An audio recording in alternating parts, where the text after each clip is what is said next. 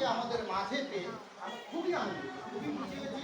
আজকের আমাদের এই মণিপুরীদের নির্মল চাকর আমাদের মধ্যে যে আনন্দ ছিল, এখন একটা সামগ্রিক হয়ে সার্বিক হয়ে এটা সর্ব সম্প্রদায় হয়ে গেছে। আর শুধু মণিপুরের মধ্যে সীমাবদ্ধ থাকেনি। তো আজকে আরেকটা কথা এখানে উল্লেখ করি, যে আমি এখানে উপস্থাপন করবো না, না আমি বক্তব্য দানটা বেশি লম্বা করতে চাই না, তারপর কিছু ওনাদের কাজ আমি বলে দিতে চাচ্ছি।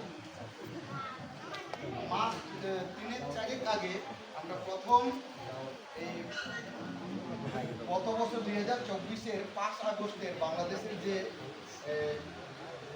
বলে নবজাগরণ বা নতুন স্বাধীনতা বলে, পূর্ণ স্বাধীনতা বলে, স্বৈরাচার আমরা দমন করে যে একটা নতুন বাংলাদেশ উপহার পেয়েছি। এই এখানে কিন্তু এখনকার যে এনসিপি তখন ছিল